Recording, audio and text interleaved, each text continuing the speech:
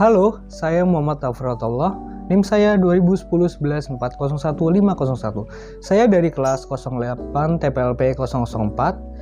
Saya membuat video ini untuk memenuhi tugas matkul etika profesi dengan dosen pengampu Ibu Intan Kumalasari. Saya membuat video ini bertema tentang pirasi.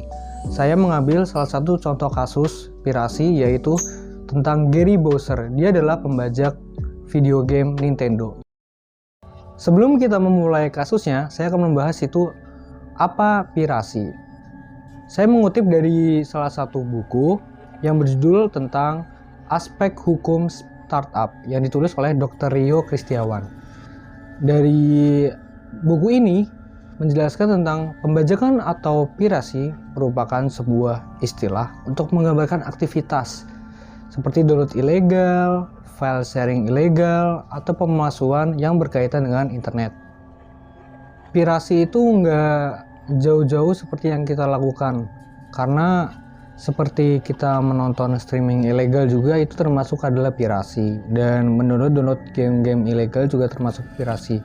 Dan salah satu kasus ini berkaitan dengan pembajakan game.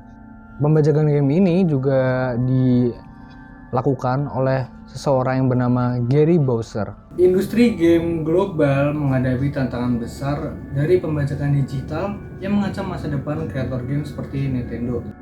Nah, dari sini salah satu kasus besar yang dihadapkan oleh Nintendo di awal tahun 2022, hukuman atas kepala dari sebuah grup pembajak game Gary Bowser. Gary Bowser mendapatkan hukuman 40 bulan penjara atau denda sebesar USD 4,5 juta atau mungkin kita rupiahkan di Indonesia menjadi 65 miliar. Gary Bowser terbukti bersalah atas penjualannya cheat dan hardware konsol Nintendo yang telah dimodifikasi agar bisa memainkan berbagai game secara ilegal.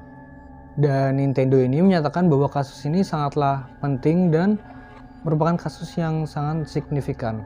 Dan Nintendo juga penjualan dari video game lah yang sangat menopang perusahaan Nintendo dan ekosistemnya. Dan game-game inilah yang membawa senyum kepada orang-orang, ungkap Ajay Singh selaku pengacara Nintendo. Dengan alasan inilah juga Nintendo juga berupaya untuk menjaga game yang ada di ekosistem Nintendo dari aksi pencurian. Nintendo juga menegaskan bahwa kerugian yang dialami Nintendo dari skuter kelompok pembajak yang dikepalai oleh Gary Bowser berimbas juga terhadap developer kecil game non-Nintendo yang juga ikut dibajak. Nah, dari Ajay Singh juga itu selaku pengacara Nintendo juga menekankan komplain terhadap pengguna cheat yang tersedia dari peretasan. Penggunaan cheat akan menghalau pemain dan keluarga untuk bersenang-senang. Dengan adanya cheat, para orang tua tidak perlu menjelaskan kepada anak-anak mereka mengapa orang-orang menggunakan cheat, mengapa terkadang ada game-game yang tidak adil karena kan oknum yang menginginkan kemenangan yang tidak adil. Nah, bahkan kerugian yang dialami Nintendo itu malah lebih besar daripada denda hukuman dari Gary Bowser. Dari kasus pembajakan dan peretasan ini diperkirakan mencapai USD 65 juta atau kita rupiahkan sekitar 942 miliar rupiah dalam hampir satu dekade. Bahkan Nintendo harus mengeluarkan usaha dan resource lebih untuk mengembangkan perangkat Nintendo Switch yang lebih aman untuk mengantisipasi kasus seperti ini. Nah, di sisi lain nih juga Gary Bowser menyatakan bahwa hukuman penjara yang lama tidak akan menakut-nakuti para peretas. Ia mengaku bahwa terlalu banyak uang yang bisa dihasilkan dari hasil pembajakan sehingga hukuman tadi menjadi tidak signifikan dibandingkan keuntungan yang dia dapatkan.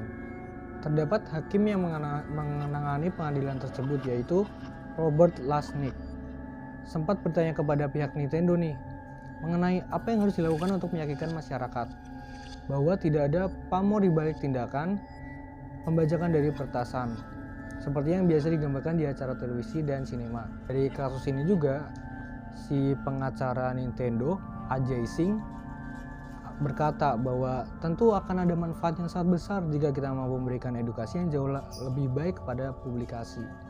Nah, dari kesimpulan ini nih, kasus yang melibatkan Gary Bowser yang menyoroti seriusnya dampak pembajakan dalam industri game Dengan hukuman penjara dan denda yang signifikan, pengadilan mengambil langkah yang sangat keras terhadap aktivitas legal ini. Dan Nintendo juga pun mengupayakan usaha yang gigih dalam melindungi hak kekayaan intelektualnya dan memastikan bahwa kreativitas dan inovasi dalam industri game ini sangat terjaga. Ini adalah langkah penting dalam memastikan masa depan industri game yang lebih adil dan berkelanjutan bagi para pengembang dan pencipta game. Terima kasih, saya Afrel, saya pamit.